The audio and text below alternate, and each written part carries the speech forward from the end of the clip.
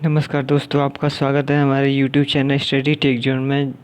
इस हम सेशन में सिविल इंजीनियरिंग का क्विज कर रहे हैं और हम देखते हैं पहला क्वेश्चन क्या है। पहला क्वेश्चन है कि निम्न में से कौन जोड़ जो ज्वाइंट होता है, कनेक्शन की बात की जा रही है, कौन सा जोड़ अस्थाई जोड़ के अंदर आता है।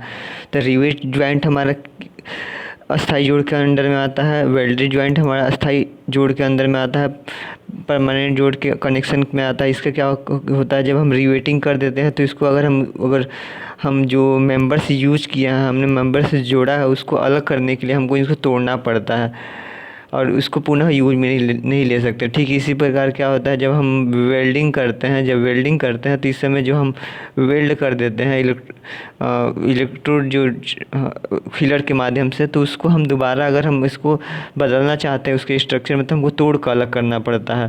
तो इसलिए ये क्या हो जाता है, ये रिवेट ज्वाइंट और वेल्ड ज्वाइंट क्या होते हैं, अस्थाई जोड़ के अंडर में आते हैं। वही वोल्टेज ज्वाइंट क्या होता है, वोल्टेज ज्वाइंट को हम आवश्यकता अनुसार खोल के उसके स्ट्रक्चर को चेंज कर सकते हैं या फिर क्या कर सकते हैं, हम उसको पुनः यूज में हम ले सकते हैं। इसलिए वोल्टेज ज्वाइंट किसके अंडर में आता है, यह अस्थाई टेम्पोररी कनेक्शन के अंतर्गत आता है। तो हमारे यहाँ सही आंसर क्या हो जाएगा, सही आंसर हमारे यहाँ पे डी हो जाएगा, ए एंड बी।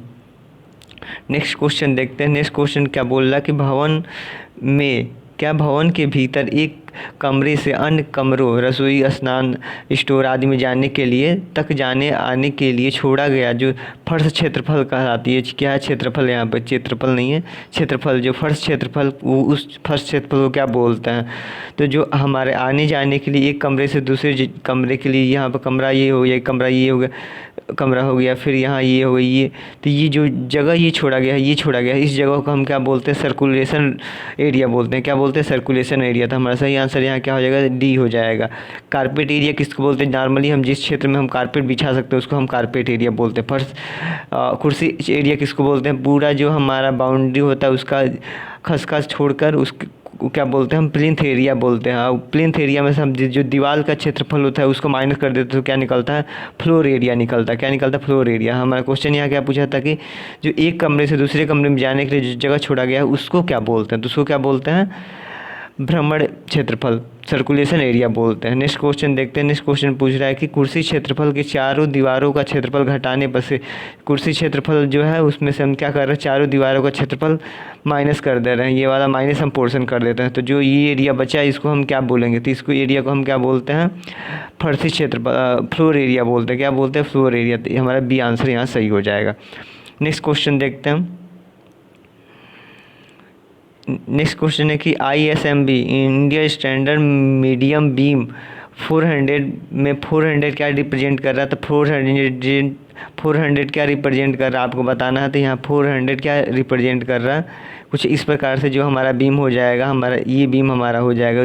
इसको क्या बोलते हैं, फ्लैंज बोलते हैं, ये इसको हम वेब बोलते हैं, और इसको क्या बोलते हैं, फ्लैंज बोलते हैं। और ये वाला जो डिस्टेंस होता है, ये वाली जो डेप्थ होती है, इसी को हम 400 रिप्रेजेंट करते हैं।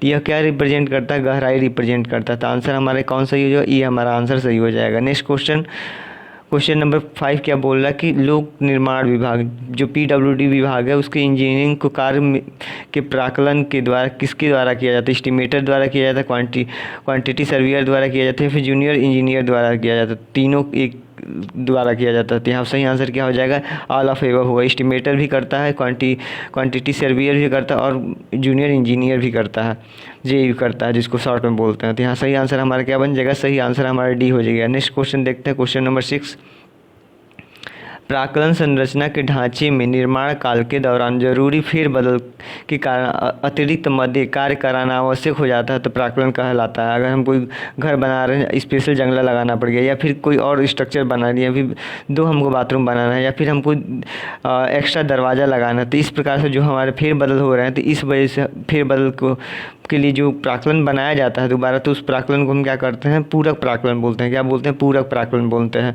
और अगर हम ऑलरेडी घर बना हुआ है, उसमें से कुछ पेंट डेंट कराना है या कुछ टूट फूट को सही कराना है, तो उसमें हम क्या यूज करते हैं, उस बनाते हैं जो प्राक्कलन, उसको क्या बोलते हैं, मरम्मती या अनुरक्षण प्राक्कलन बोलते हैं। यहाँ पे हमारा सही आंसर क्या बनेगा? सही आंसर हमारा पे यहाँ पे बी बनेगा। नेक्स्ट क्वेश्चन देखते हैं। क्वेश्चन नंबर 7 क्या बोला? 7 क्वेश्चन में बोल रहा है कि सामग्री या श्रमिकों के दरों में बढ़ जाने पर जब निर्माण लागत स्वीकृत राशि से 10% अधिक हो जाने की संभावना हो या बढ़ जाता है तो उस अवस्था में कौन सा हम प्राक्कलन बनाते हैं? तो उस अवस्था में हम संशोधित प्राक्कलन बनाते हैं।